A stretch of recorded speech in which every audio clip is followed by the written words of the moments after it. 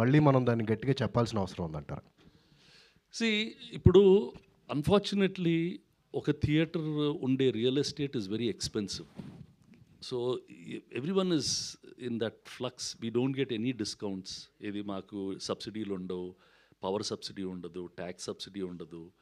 Theatre వాళ్ళు కూడా survive అవ్వాలి కదా. Now how will he survive?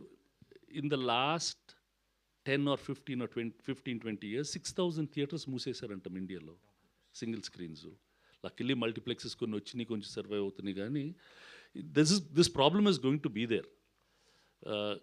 Why go watch in your own OTT, watch in satellite అంటున్నారు. There is no ఒక్క clear answer అనేది ఏమి ఉండదు. పెద్ద సినిమాల వాళ్ళు అంత డబ్బులు ఖర్చు పెట్టినాక వాళ్ళకి మాకు ఇంత తక్కువ రేట్ అయితే మాకు ఎప్పుడు వర్కౌట్ అవుతుందని వాళ్ళ feeling. We want make like this. అందుకనే I think now I think all the multiplexes ఏదో Tuesdays you have lesser rates. They are doing all these things. Different people will try. మనం గవర్నమెంట్ని flexible pricing అడుగుతున్నాం. That they should give. Flexible pricing ఇచ్చేస్తే it becomes, అంటే అప్పుడు audience మైండ్లో ఇదేదో తక్కువ రేట్ చేశాడనే ఫీలింగ్ ఉండకుండా the pricing strategy will be much more easier to execute. If the government says you fix an upper limit of say 200, 250, whatever, but keep the lower limit to my wish. If I want to do free, I'll do free. If I want to do 10%, 20%, then that's a better option, is my personal feeling. Suresh Babu garu, sir, Suresh ప్రొడక్షన్స్లో cinema అంటే family drama కానీ కంప్లీట్గా కుటుంబ సమేతంగా, గతంలో చూసుకుంటే కుటుంబ సమేతంగా ఇంటిళ్ళ పాతి చూసే సినిమా గతంలో పోల్చుకుంటే. ఇప్పుడు వచ్చేటప్పటికి ఫస్ట్ సర్ప్రైజ్ ఏంటంటే అసలు ఈ సినిమా మీరు ఎలా ఒప్పుకున్నారు, అసలు సురేష్ బాబు గారు ఈ సినిమా తీసుకున్నారంటేనే ఫస్ట్ సర్ప్రైజ్. ఎలా యాక్సెప్ట్, మీకు ఎలా నచ్చింది ఫస్ట్ ఆఫ్ ఆల్ ఈ సినిమా? తర్వాత ఇది సురేష్ ప్రొడక్షన్లో తీసుకున్నారా, స్పిరిట్ మీడియా తీసుకున్నారా? స్పిరిట్ మీడియా వాళ్ళు తీసుకున్నారు.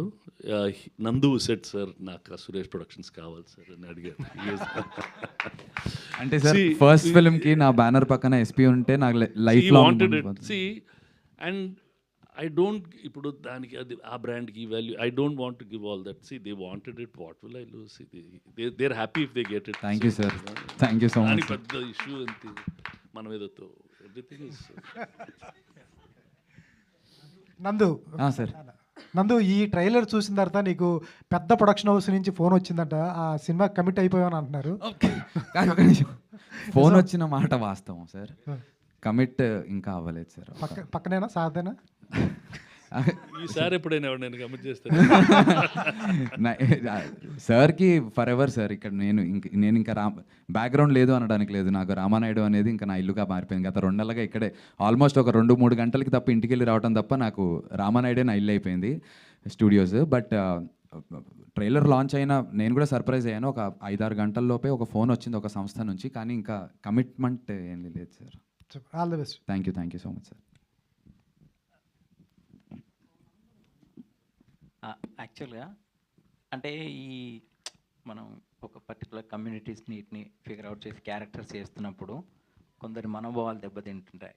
లాస్ట్ టైం అర్జున్ రెడ్డి వచ్చినప్పుడు కూడా జరిగింది, మళ్ళీ మీరు సిద్ధార్థ రెడ్డి అంటున్నారు. సో అస్సలు ఎవ్వరి మనోభావాలు దెబ్బతినేటువంటిగా ఎటువంటిది ఉండదు. ఇన్ఫ్యాక్ట్ అన్ని వర్గాల వారు చాలా సంతోషంగా దీన్ని వాళ్ళు ఓనప్ చేసుకుని అందరూ కూడా దాన్ని ఒక పై స్థాయిలో చూసేలాగే ఉంటుంది కాంటెంట్. సినిమా ఎండ్ అయ్యే టైంకి ఇంకో వైపులో ఎండ్ అవుతుంది. మీరు టీజర్, మా ప్రమోషన్స్ కూడా చూస్తే టీజర్ వదిలిన విధానానికి ట్రైలర్కి కొంచెం వ్యత్యాసం ఉంటుంది. ట్రైలర్కి ఈ సాంగ్కి చూస్తే చాలా కాంట్రాస్ట్ ఉంటుంది. అదేంటి అంత సైక్గా వదిలిన ట్రైలర్కి ఇలాంటి ఒక లవ్లీ సాంగ్ ఏంటని. That's the arc of the entire film sir.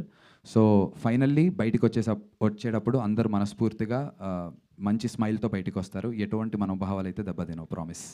Sir Suresh Babu గారు, యాక్చువల్గా అంటే ఇప్పుడు రెగ్యులర్గా కొంతమంది ప్రొడ్యూసర్స్ సరిగా చేయట్లేదని ఒక ఆర్గనైజేషన్ సపరేట్ పెట్టుకొని కూడా సినిమాలు చేస్తూ, అంటే అనవసరంగా బడ్జెట్స్ పెంచుకుంటూ సినిమాని మళ్ళీ టికెట్ రేట్ పెంచి, అంటే సినిమాకి రావాలనుకున్న ఆడియన్స్ని దూరం చేస్తున్నారనే ఒక ఇది కూడా ఉంది సార్. దానివల్లే ఇప్పుడు రీసెంట్గా ఒక అతన్ని అరెస్ట్ చేయడం పైరసీ మీద ఇదంతా చేసి, అంటే అతన్ని కూడా హీరో చేసేంత థాట్ ప్రాసెస్కి ఆడియన్స్ని జనాలను తీసుకెళ్ళారు సార్. అంటే ఒక ఇండస్ట్రీ మీద లక్షలాది మంది బతుకుతున్నప్పుడు ఇలా ఒక సిస్టమ్ అనేది ఏర్పాటు చేసుకోకుండా ఎవరికి నచ్చినట్టుగా వాళ్ళు బిహేవ్ చేయడం అనేది ఈ మధ్య ఎక్కువైంది సార్.